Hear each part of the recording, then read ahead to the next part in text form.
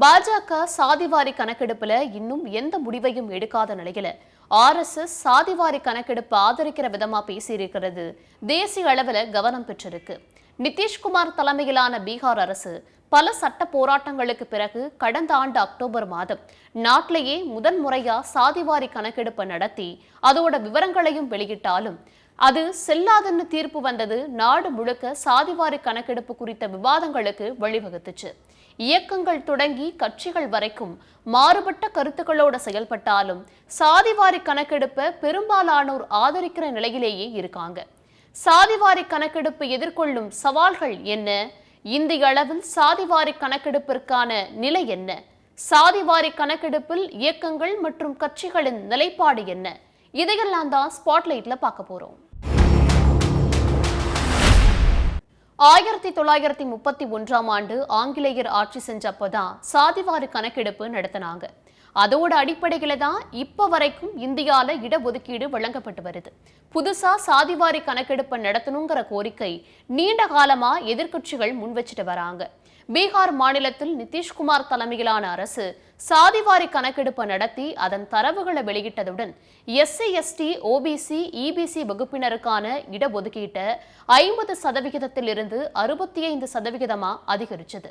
அதே சமயம் பீகார் அரசு 65% அதிகரிச்ச இடஒதுக்கீட்டை பாட்னா உயர்நீதிமன்றம் ரத்து செஞ்சு உத்தரவிட்டது இந்திய அளவில் அரசியல் களத்துல பெரிய விவாத பொருளா மாறியிருக்கு.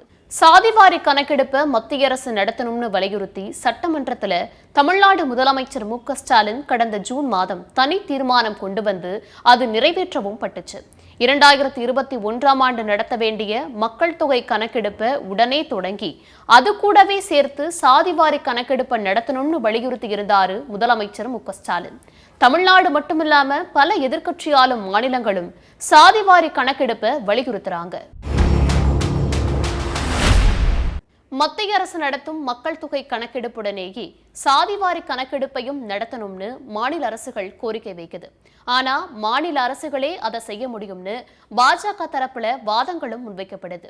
ஆனா மாநில அரசுகளால் மேற்கொள்ளப்படுற சாதிவாரி கணக்கெடுப்புகளை நீதிமன்றங்கள் ஏற்க மறுக்கிற சூழல் இருக்கு. அதனாலதான் பீகார்ல கொடுத்த 65% இடஒதுக்கீடு உயர்நீதிமன்றம் ரத்து செஞ்சிருக்குன்னு சொல்லப்படுது. இதனாலதான் மக்கள் தொகை கணக்கெடுப்புடன் சேர்த்து சாதிவாரி கணக்கெடுப்பையும் மத்திய அரசே நடத்த வேண்டும்ன்ற கோரிக்கையை தமிழ்நாடு உள்ளிட்ட பல மாநிலங்கள் முன்வைக்குது. RSS அமைப்பின் தேசிய செய்தி தொடர்பாளர் சுனில் அம்பேத்கர் செய்தியாளர்களிட்ட பேசினப்போ சாதிவாரி கணக்கெடுப்பு மிகவும் முக்கியமான விஷயம். இது நமது தேசிய ஒற்றுமை மற்றும் ஒருமைப்பாட்டுக்கு முக்கியமானது. இதை ரொம்பவே தீவிரமா கையாளப்பட வேண்டும்.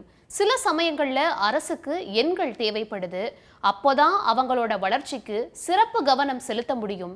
அதுக்காக சாதிவாரி கணக்கெடுப்பு எடுக்கிறாங்கன்னா பிரச்சனை இல்லை. ஆனா அதுவே அரசியல் கருவியாவோ இல்ல தேர்தல் பிரச்சாரத்துக்காகவோ பயன்படுத்தக்கூடாது. அப்படி செஞ்சா அதை நாங்க ஆதரிக்க மாட்டோம்னு கருத்து தெரிவிச்சிருக்காரு. மத்தியில் ஆளும் பாஜகவின் சித்தாந்த வழிகாட்டியான RSS அமைப்போட இந்த கருத்து முக்கியத்துவம் வாய்ந்ததா பார்க்கப்படுது.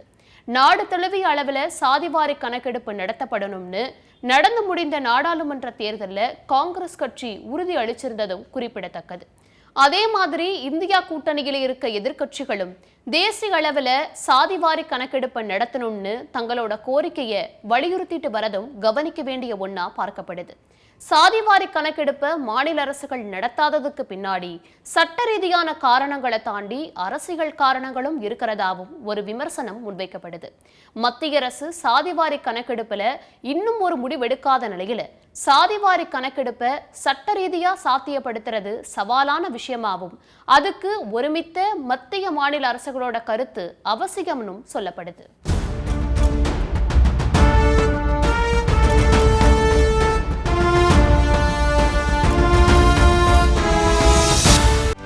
செய்திகளை உடனுக்குடனும் துல்லியமாகவும் தெரிந்து கொள்ள சப்ஸ்கிரைப் பண்ணுங்க.